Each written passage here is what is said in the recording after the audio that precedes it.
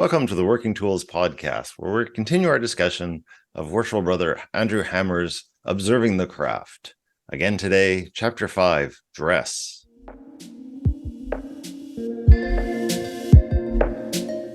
Ladies and gentlemen, brethren all, welcome to the Working Tools podcast, a casual conversation around Freemasonry. First, it's important to note that our thoughts and opinions are our own and do not reflect those of our Grand Lodge or respective craft or concordant bodies. Please connect with us and ask questions via our website at theworkingtoolspodcast.com.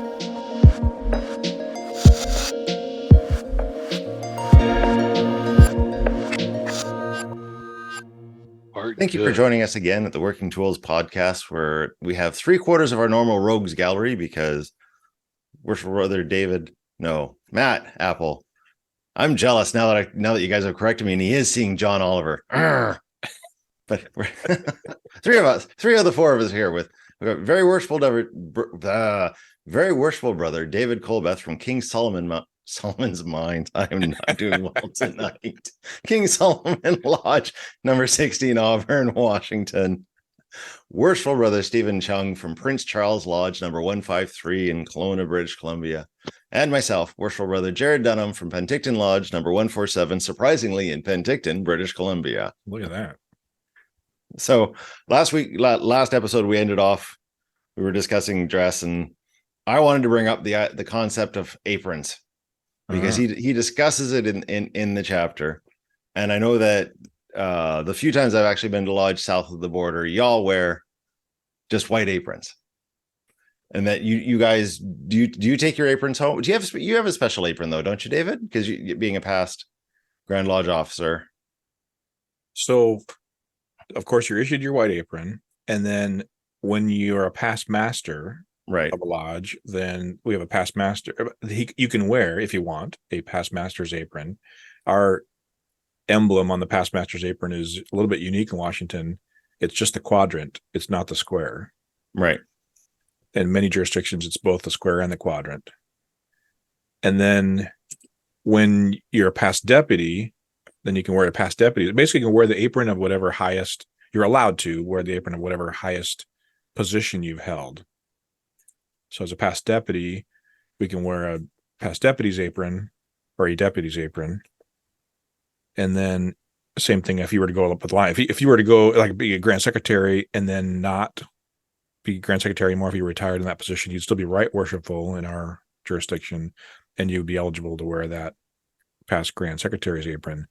But you would not likely be a junior warden and then not junior grand warden and then not go on to grand master. So you're probably not ever going to be right worshipful because you weren't grand secretary, if that makes sense.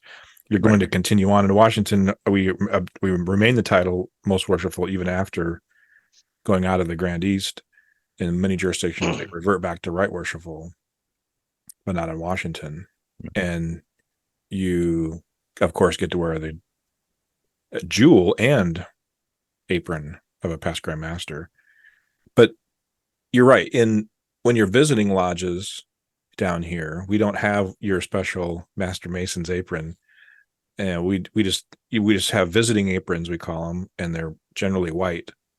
Some lodges will have a apron that has a blue border or some kind of a border, usually blue. You really can't have anything else. And some lodges distinguish that one as a member's apron or a past master's apron. Although it's whatever the lodge custom is. I think in some lodges they use the blue bordered ones for visitors and not for members, and vice versa. And what about your Grand Lodge? What about which? Well, is there not a see when our DDGMs are done their year or their term, they get a special apron that identifies them as a past DDGM. We just continue to wear basically the same apron that we had as a DDGM, but just no jewel. Yeah, actually ours are similar to those. It's just no fringe around the edge. Our constitution dictates the width of the border and everything. Yeah, so there are some definitions in our code about what aprons can look like, but it generally refers to officers' aprons, and there's grand debate about what kind of apron can be worn or not worn, especially the whole issue around rounder corners. The funny thing is, I took the guys that have brought that up. I sent a message. Zay McCune, very worshipful Zay McCune, has been on the show before, and I was at George Washington Memorial in DC a few weeks ago, and I was looking through there, and I said, "Oh my gosh, look at this!" I sent a picture. It was a picture of the worshipful master that presided over George Washington's funeral, his apron and jewel, and his apron was square corners. Of course, it was just hilarious. This grand debate that square corners were only used when, there's one of the arguments that these guys have when they bring this resolution is that square corners was a product of industry and that it was easier to stamp out, which I get the idea of it, but that's not exactly why that happened. And anyway. Well, and does anyone have a custom, like, in the chapter he talks about there's right a burgeoning custom apron market starting in the States. Like, he says, fortunately, there now seems to be a resurgence in the number of Masons who are not only purchasing their own aprons, but also designing them, as was done by the brethren in the past. Right.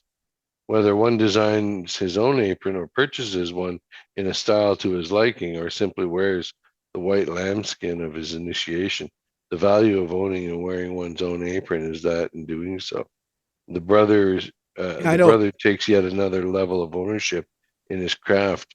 He also shows its importance to him, right? And it's I haven't heard of anybody taking their apron home and embroidering it or anything, or putting patches on it or whatever. Now there is I would say that there's a lot of guys that will find, they call them traveling aprons, where they'll go online and they'll find an apron that's already adorned, and they like that, especially white-ish, white ones that have different things on them and not just a plain white apron. And I have mixed emotions about those. Well, I guess my question on that is, would they be allowed actually in your lodges in Washington? Are they properly? Because I guess my question is, are they properly clothed if they're wearing one? My standard answer when a guy says, "Well, can I wear this?" My standard answer is, there's probably nobody going to kick you out of lodge or say you can't wear it. And because it's a pretty personal thing to walk up to somebody and say, "You can't wear that in lodge." He's got an apron on.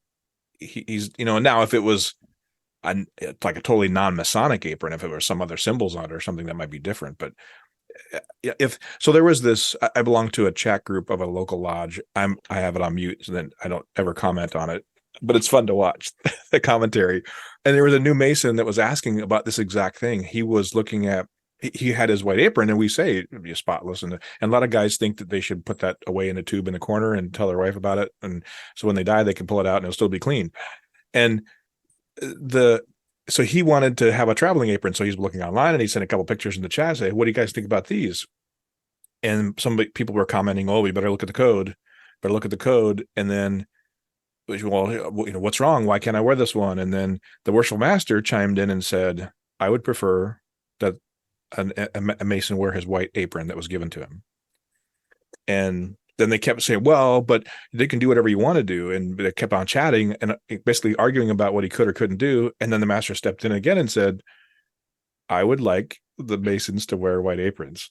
It was very and then more argument ensued. It was crazy. Like 3 or 4 times the master stepped in, and they finally said, "I am not going," the master said, "I'm not going to make any more comments on this. You will wear white aprons." And they connected, they continued to have the conversation. And I was talking to a few guys afterwards about this. I said, "The master said it like 3 times, wear white aprons. Why were you guys continuing this conversation?" I wanted to chime in so bad. I had started a sentence many times. There are lodges here that wear white aprons only, all officers even, for most meetings. And then there's some that are doing it only for degrees, though everybody has to wear a white apron during a degree, which I think is kind of cool symbolism. my family can't hear what I'm talking about. I'm going to wear my wife's grandfather's. This will come out probably after. Well, it won't come out after, but yeah, I'm gonna wear my wife's grandfather's white apron as as a worship master in the year of my being worship master as a tribute to him. Now, Right. I know we've had this conversation that should I be wearing his apron? Well, my mentor says you're the master. You can do whatever you want. I know I get the idea, but it's a symbol. It's symbols, right? Everything we do is symbols, and so to me, it's a symbol of respect and honor to him and the family that kind of introduced me to Freemasonry. So. Well, I mean, I don't see any wrong. I mean, I wore my dad's apron for years. Right.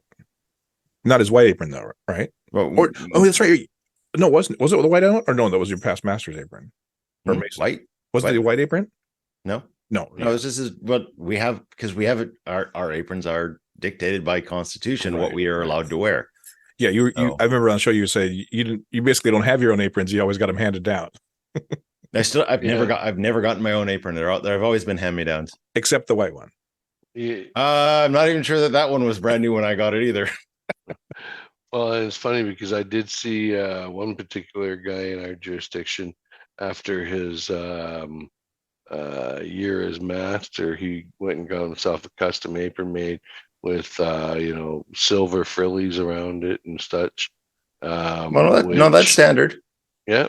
The silver fringe is it's standard in our jurisdiction. You can do that. Yeah, which I had never seen before. I thought it was rather interesting. Oh. He had a custom badge made for the center of it, which was, I think, from his lodge logo of sorts. Yeah, it was pretty cool. Yeah, there's a worship brother Matheson from Peachland. He wears one with a fringe.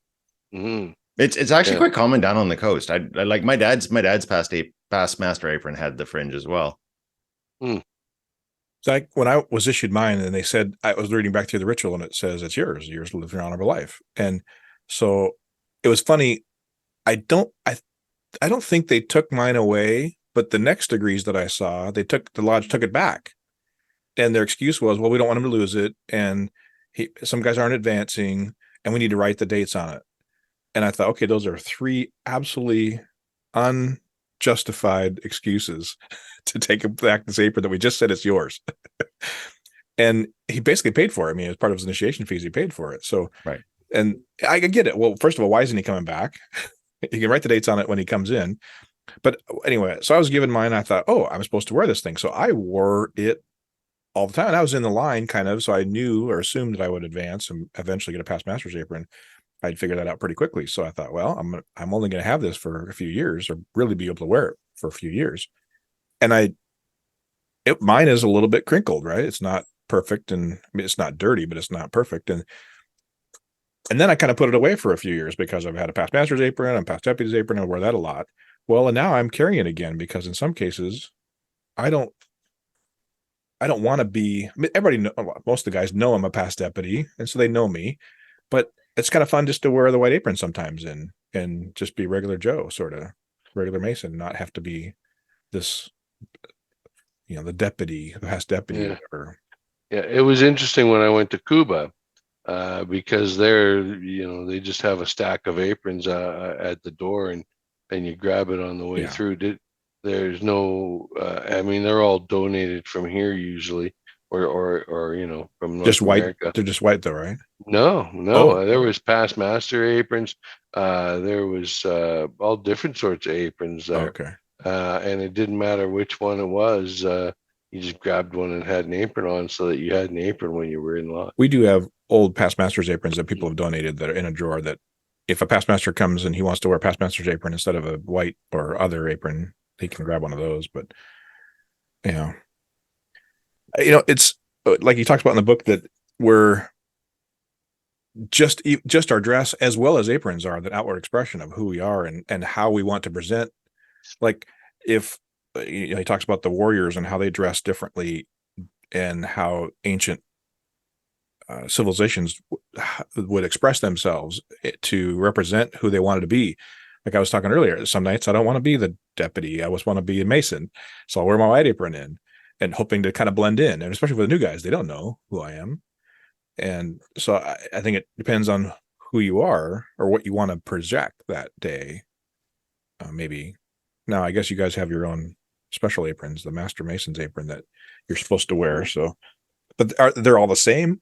Are they all the same? Or are they different in each lodge? They're all the same. Yeah, Master Mason's apron is the same no matter what lodge you belong to. Past masters' aprons are all the same, right? But you can just wear a white lambskin apron if you wanted to. Here it represents the entered apprentice, right? So, but you're a Mason. You can wear that apron. You are above that degree level, right? They're all designed in certain ways so that they're identifying your status in the organization, right? So he talks about how if a monk was wearing a t-shirt and jeans and without his ritual and eating a cheeseburger, would he still be a monk? And technically he might be still a monk, but his manifestation of who he wants to be or his efforts around this, the way state of his mind and his soul of his excellence and how what he wants to become and develop himself.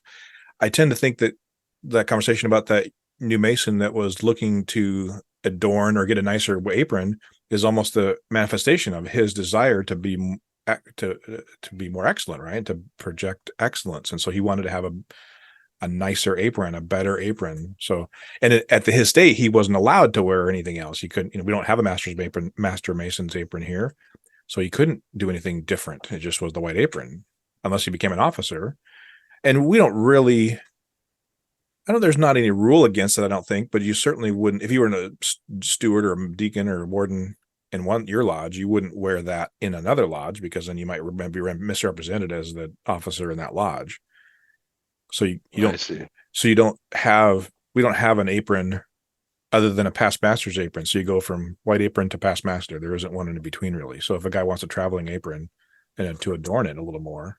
So I'm confused with the concept of a traveling apron. Don't you just take your apron? Well, instead of your white leather apron, if you wanted to have, so if a guy wanted to have something that had some rosettes on it or some symbols or, but it's supposed to be all white. Technically, it's not supposed to be anything but white because anything other than white is an officer apron in Washington. The officers' aprons are blue bordered. So if you got a blue bordered apron to wear as a Master Mason, you would technically be in violation of the code because a blue bordered apron is a master's apron or as a. But officer. When you say traveling, you mean traveling outside of your state? No, well, or just other lodges. Just other lodges, but you don't want to bring your white leather apron. You want to have it wear your plain apron, which I think is silly. Like I'm confused about the concept of not wearing your apron in another lodge. Yeah, it's in general. Again, I think the guy in this case was. I'm making excuses for him because I don't really know his true state of mind, but I could see how maybe it was an attempt at improved excellence, right? He was trying to. And also I think he was given false information. He's supposed to put his apron up in the corner of the closet and not wear it. That's probably another thing. And so the comments should have been, no, it's your apron. You should wear it. Yeah. And that's misrepresented many times, I think, but. Yeah. I don't know. Yeah. I don't know. I find it just odd that it's different, from here to there and it's probably different again elsewhere. So, but what do you guys, did you see that section on page 85? He talks about the different types of dress, what, and depending on the time of the, when, maybe blazers or older, some lodges are going to an older Victorian style. And then he said, or perhaps even the more adoption of a tunic, evoking the stonemasons. I've never heard of a lodge going to tunics. That seems almost backwards, but I guess maybe I could see it if you're doing some kind of a degree drama or something, but I could, or Scottish Rite, I guess Scottish Rite, but they're usually only worn in degrees. They're not worn for lodge meetings. Well, and that starts smacking. Yeah. Of costume rather than clothing. Yeah. Yeah. Mm-hmm. And I'm not a big fan of costumes in lodge. Well, what I thought I heard somewhere that when I was thinking tunic, I guess I wasn't thinking what I was just about to say. More like almost like a Sith outfit, right? Where it's a hooded, like a robe, right, or a hooded robe. Right. And I'm pretty sure I've heard of lodges doing some things like that, where it's a little more Illuminati-ish. Maybe YouTube will flag us for that word, but Yeah. but you know, right? But something a little more kind of Right. a little more wild like that. And I don't know. It'd be interesting. It'd be interesting to have a debate about that, because then now you're all wearing the same thing. It doesn't matter what you have underneath it. You could be wearing shorts and flip flops, almost, if it was a floor length tunic of sorts. I don't know. Would that be bad? You'd all be similar or the same, so there wouldn't be any way to judge somebody different or better or worse because you're completely covered. I don't know. Right. But once again, that to me sounds more like you're wearing a costume than clothing. Yeah. But what does it say to if somebody can't afford, even they can't afford? I think it's a bad excuse, because even if you can't afford it, I mean, I've admitted to many people that I shopped at the thrift store when I first was joining, and you can get some nice stuff there. Just be careful. And well, we've discussed in the past about the concept of if you can't afford something, maybe lodge isn't the right thing for you at this time in your life. That's true. That's true. You know, because it's not like it's the only expense of joining a lodge. Very true. Very true. So, yeah, I think that if we're serious in this endeavor, like you're saying, if it's serious and it's the right time in our life, and that looking and acting and dressing your best is a critical component. I think we've all come to agree on that. And you know, over time, you know, I did the same thing. I started with a suit, and then you know, I got some nicer shirts, and then I worked my way up to a tuxedo. I went and got a used one from the rental store first, and you know, one day I did go out and buy myself a you know, brand new tuxedo. I had custom made, all that fun stuff. But yeah, worked my way up. So it's not necessarily I don't know. I did the same thing. It was just, that's what I had at the time, but it was accepted anyway. Yeah. So yeah. So before you're a master mason, though, I just started to kick back again. Before you're a master mason, when you're traveling, do you wear your white apron? You're expected to wear a white apron then? yes. Okay. Because that's all you have. Mm-hmm. True. Yeah. Yeah. Okay. I was sorry. I had that note and I forgot to ask it earlier. Yeah. Well, we give them their aprons as entered apprentices, and they're expected to carry it with them wherever they go. Whenever I'm at a lodge and I see it taken back, I think I always go afterwards and say, why are you taking this back? You just told them it's yours. Yeah. Yes. Well, and then there was that debate for a while too, and so, you know, again, we actually went and decided to add it to the budget to get the guy his own white lambskin leather apron, even though we're going to replace it with a master mason apron once it becomes a master, right? So we don't have a lot of time to dive into this necessarily, but in that section he talks about his apron. You know, no matter how much jewelry or rings or other things that a guy wears, a mason wears, he can't substitute the badge, his apron. So if a guy comes to lodge in a shirt and tie and everybody else is in tuxes, he's got his apron on, he's dressed as a master mason or a mason. Yep. Well, shouldn't that be acceptable? You know, you're proper. You are considered properly dressed if you are wearing an apron, right? Most lodges are hoping you've got some street clothes on underneath that apron. Well, right? And once again, we go back to it. Is that the best? Is that his best? And if that is his best, right, then yes. Okay. Yeah. If it's just what was convenient, no. No. Sure. Right. But if it's his best for the circumstances and everything else and blah blah blah. Yeah. then I can support that, right? Well, I appreciate the conversation. I think it's been great.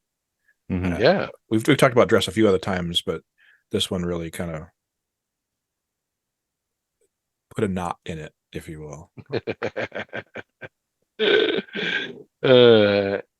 And with that, Well, And yeah, with so that, we should, don't forget to make sure to comment about things and let us know what you want to have us do next season, season 6. Yeah, should we continue on with these long form discussions about books and things? Which there are some cool books. My library keeps expanding. And there's some cool books that we could dive into, or should we go in long form papers, or short form papers where we do a couple of episodes on a paper that we find like we did last year, or we go back could to interviews, also just pick topics and discuss the differences between our lodges or our districts or our jurisdictions too. Yeah. That might be an interesting. Well, definitely let us know in the comments, please, and on Facebook and YouTube and other places. and on that note, on behalf of David, Stephen, and our absent brother Matthew, thank you for listening to the Working Tools podcast, and we look forward to seeing you again.